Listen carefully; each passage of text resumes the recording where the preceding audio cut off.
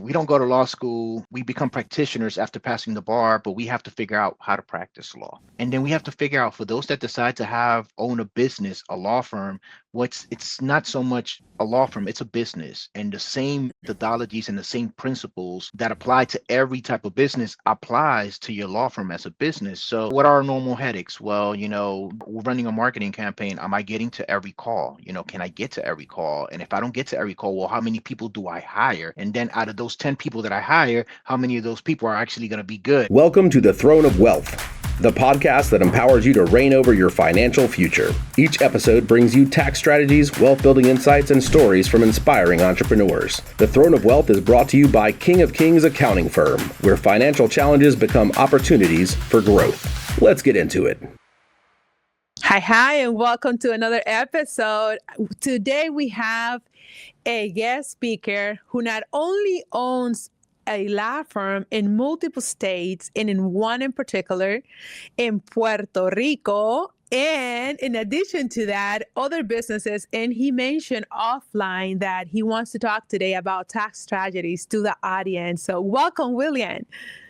Thank you. Thank you so much for having me here. And it's a pleasure always talking about these things that because once we get to a certain level, we got to figure out, what's the tax, what are the correct tax strategies so that we could continue scaling our businesses. So always a pleasure.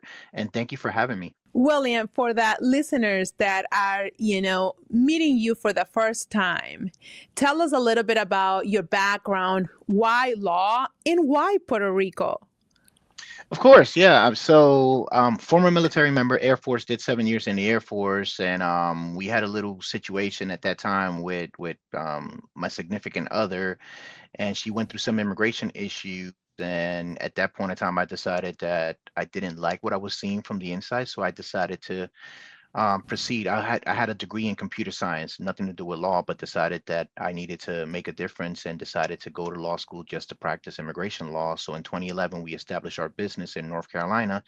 That has grown to 4 offices, 3 in North Carolina, one in Smithfield, Raleigh, and Charlotte, and another one in Orlando, Florida.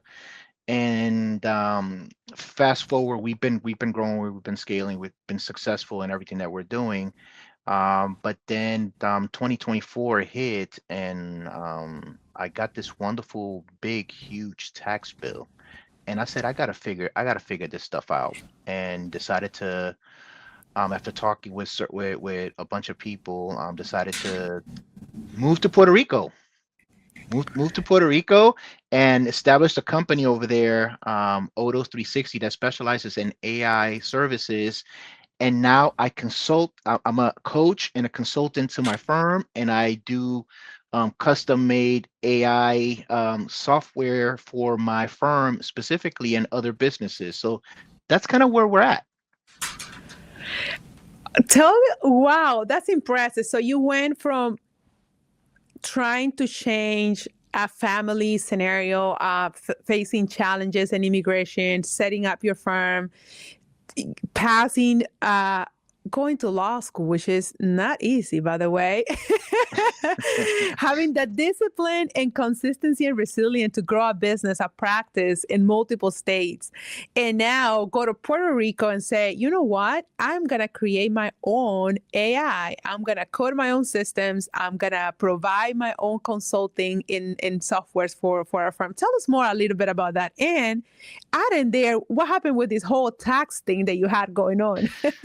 So Puerto Rico has Act 60, and Act 60 basically says for people that move into the island and live at least 183 days, of which you could travel 30 days. So in fact, it's 153 days, and basically says if you establish a business, employ Puerto Rican nationals or Puerto Rican residents, I won't say nationals because they're still U.S. citizens, and basically export services. So it's not meant for internal business; it's meant for external business.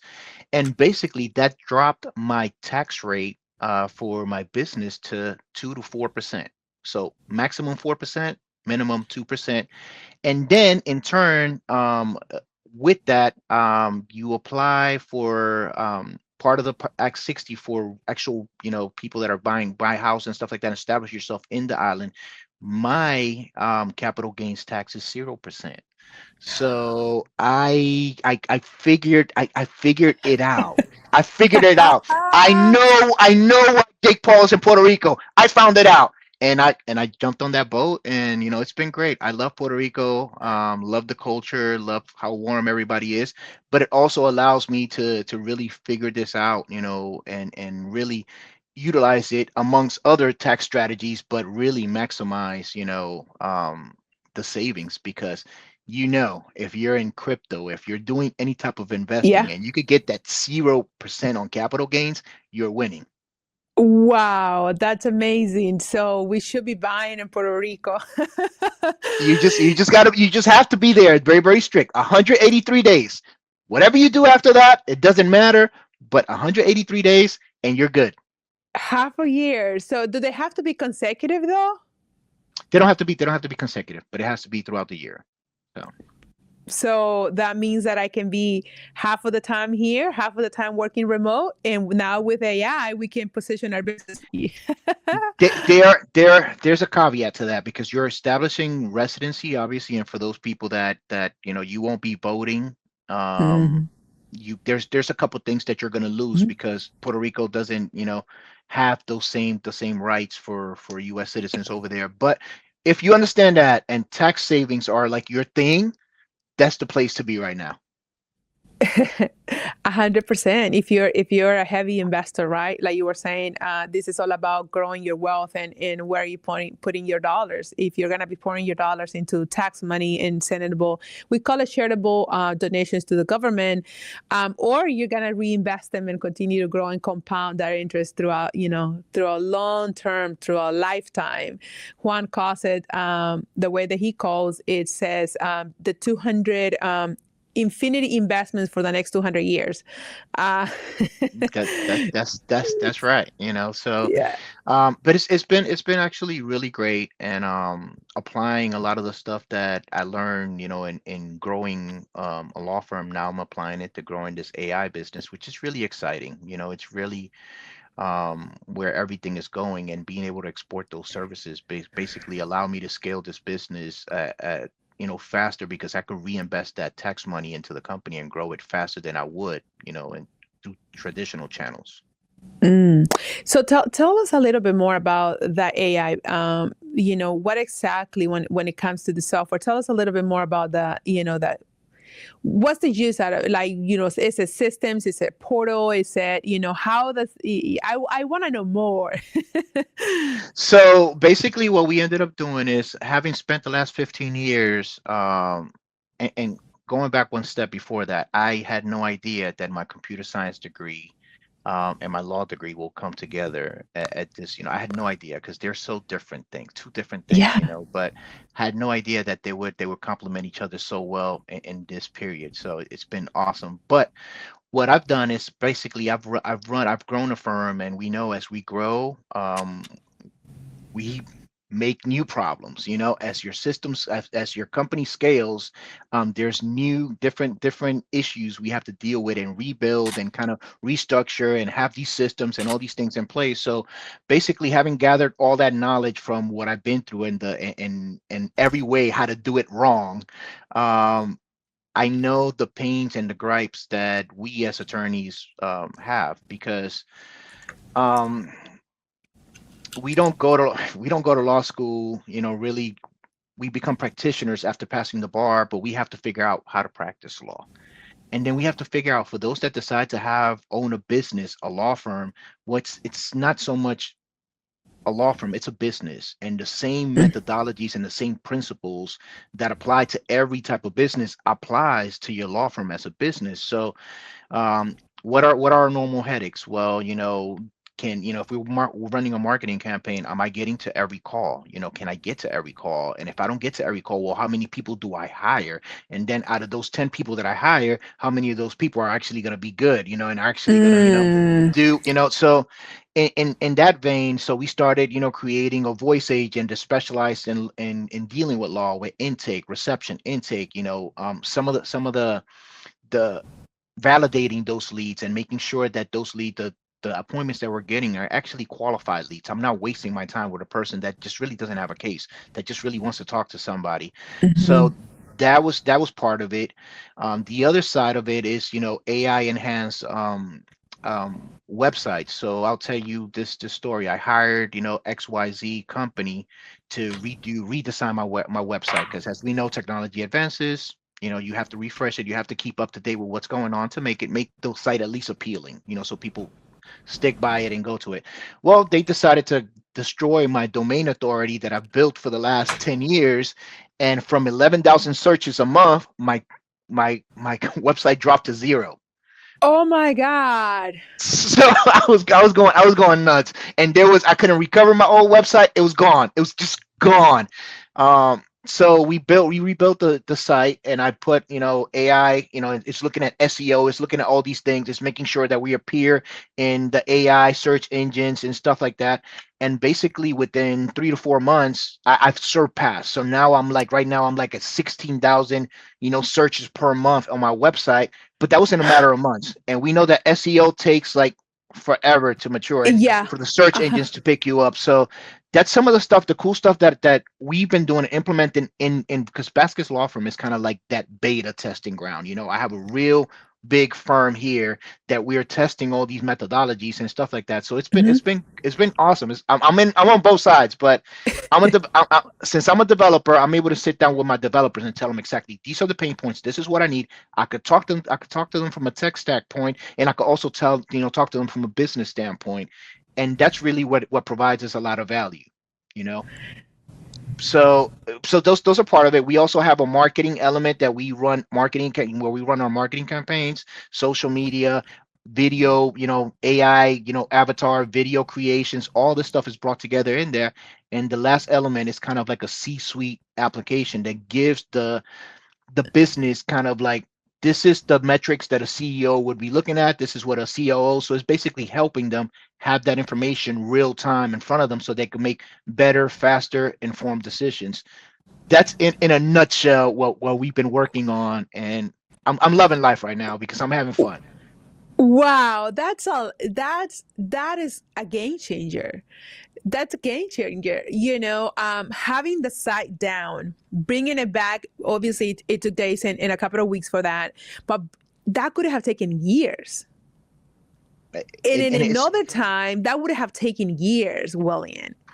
I mean, we've been around for a minute, and you and I know, like, I remember back in the day when there was not even a conversation about SEO in small businesses. Like this is back in, '07, '08, '09 when I started. And then later throughout the years, we have SEO, and it has taken years to pick up, right? And now with AI and everything that, especially the way that you're packing it up, like what you guys are doing, this is amazing. This is at all of it. well This well is and really, what because one thing is fixing the traffic, but really, what does that, what does it relate to? mm, So what happens if on a day-to-day basis I miss 15 calls, and let's say my average case value is $10,000, and mm, out of those 15 calls I would have converted four of them. Let's say I, I would have converted four out of 15. That means I missed out on, potentially $40,000, because the name of the game is, who's the first one on the phone, who's the first one that could give me relief, who's the first one that's going to make me feel like, yeah. they're going to do what they're going to need to do. So that's on that end. So not being able to get to the calls, and then the money you spend on marketing, because to get that call, they don't come, usually they don't come in free. So when you compound all this money that you're losing, it's holding your business back. But then on the website, let's talk about that search traffic, because I could, and we as attorneys are horrible with tech. Like, you look at a website for an attorney, and it's like, it's not even ranking.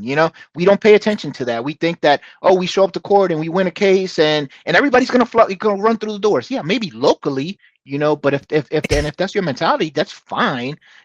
But there's so much business that you're missing out on, by by not having that, and then as leads get less and less, and there's more competition on them, guess what? All these people are charging you more and more and more because the competition is the same. So for Yeah. those same leads, so you have to think about numbers here and what you're trying to do. And once you do that, then this all kind of comes together, and why it's important. It's money It's a at the end of metrics the day. and data game. Yeah, because yeah, if you don't have the leads coming in, if you don't have the right people answering the phone, like you were saying, I just hired these numerous. It could be one, it could be 10, it could be more. People to answer the calls, but if they're not competent or they're not trained and they're not picking up fast enough, then those leads are walking out of the door. So That that's money. Yeah, that's that money walking out of the door. So the way that I put it to someone yesterday, because I was having a call with a firm, and in 1 month, they 10x the marketing expense, but they didn't hire the right people. And well, not the right or the wrong people. They haven't hired at all. They only have one person, and that person is at capacity. You're getting 500 plus calls a day, and you have one receptionist.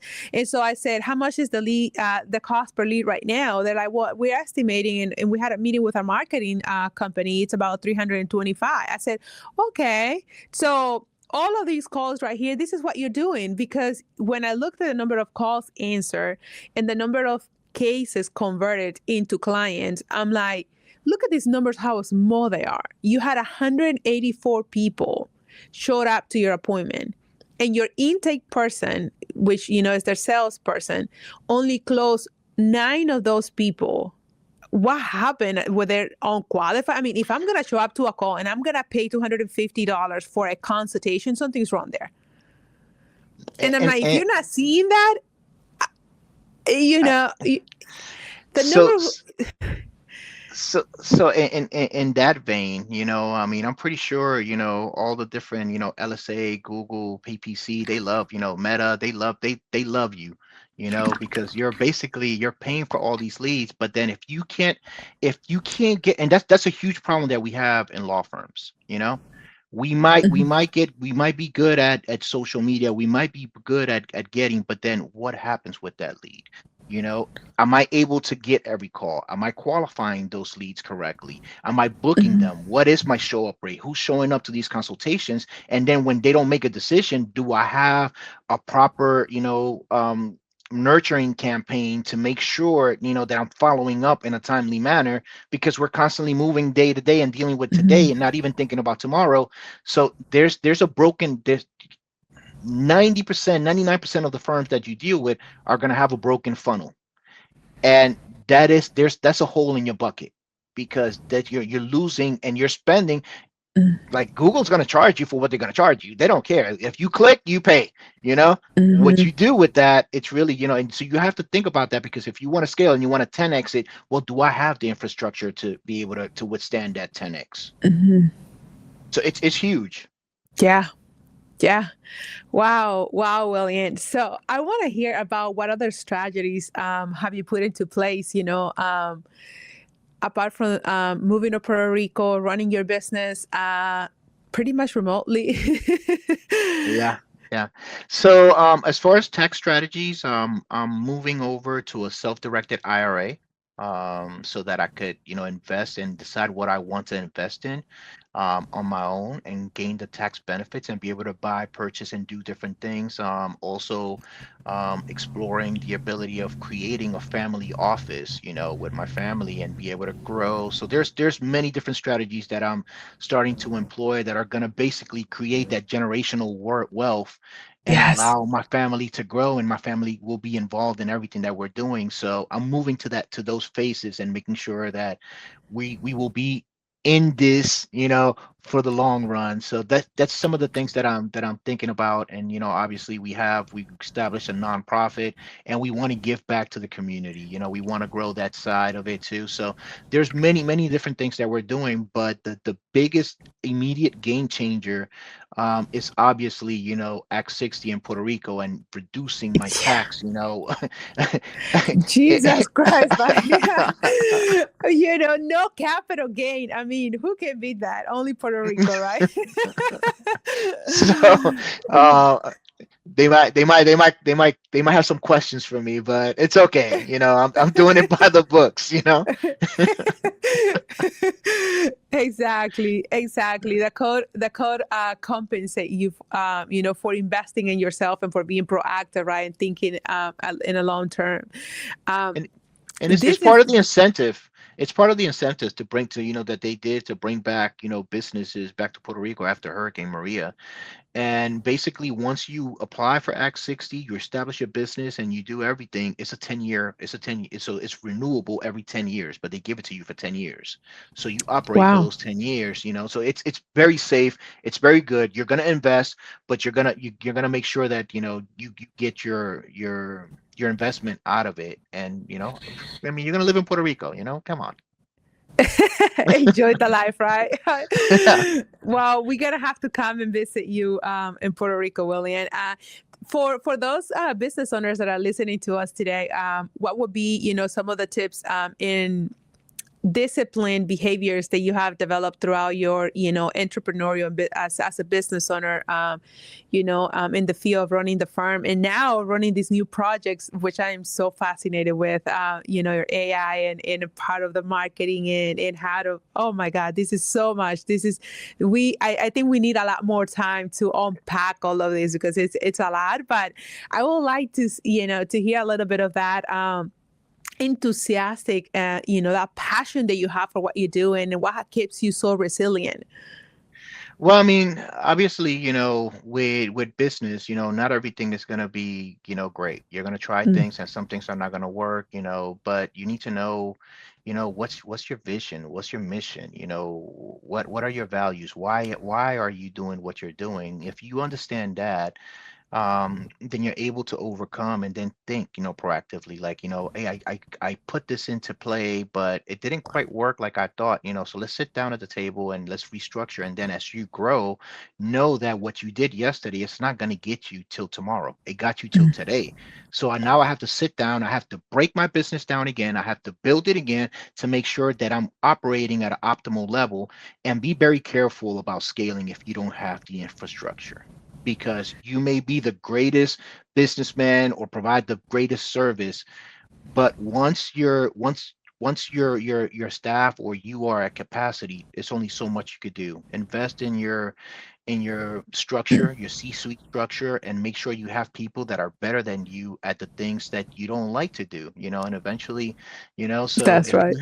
you have the structure and you empower your leaders, you're going to see that you're going to grow exponentially. I was that attorney that did everything. Everything had to go through me. I was the bottleneck, and Mm. in some sense, I still am, because I want to be involved, and then they got to push me out. But it's okay, I'm still learning.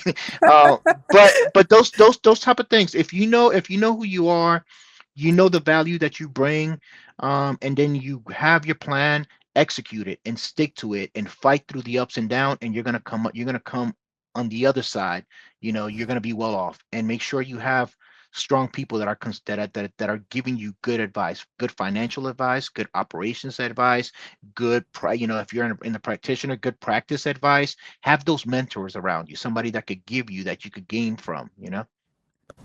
Wow, that's amazing, William. And for our listeners, that might have a significant other, or they might have a family member or relative that is going through a process, immigration, or for our business owners, entrepreneurs that are trying to petition for people that sometimes through a visa or something like that. How can they find you? So they could call me very easily. 1-844 Yo Peleo, 1-844-967-3536, Vasquez Law Firm. If you're interested in knowing what we're doing on the AI side, you could go to our website, Hmm. HODOS 360, HODOS 360.ai. And you'll find me if you look me up, you're gonna find me everywhere, because we are flooding we're flooding the web. I like it, and I am really interested about the AI. So we're gonna put that in the show notes, so that everyone can find you, and reach out to your team, William. It has been spectacular to learn, and I am so fascinating with what you're doing, and your relocation to Puerto Rico, to save in taxes. This is something that many of us will need to do in the near future. Yeah, no, I mean, learning how to, just paying your fair share. And if you look at the higher I can't even say it, the hierarchy, um, there's something they figured out.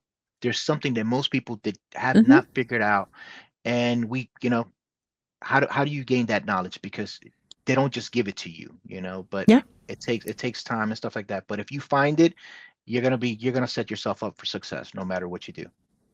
Yeah. So let's invest in ourselves. Let's save in taxes, and let's keep doing it. Let's stay resilient. Thank you, William. Thank you so much. Thanks for listening to The Throne of Wealth. Be sure to subscribe, share, and leave a review to help others find the show. A special thanks to our sponsor, King of Kings Accounting Firm, dedicated to helping you build and protect wealth for generations. Until next time, take the reins of your financial future and lead with confidence.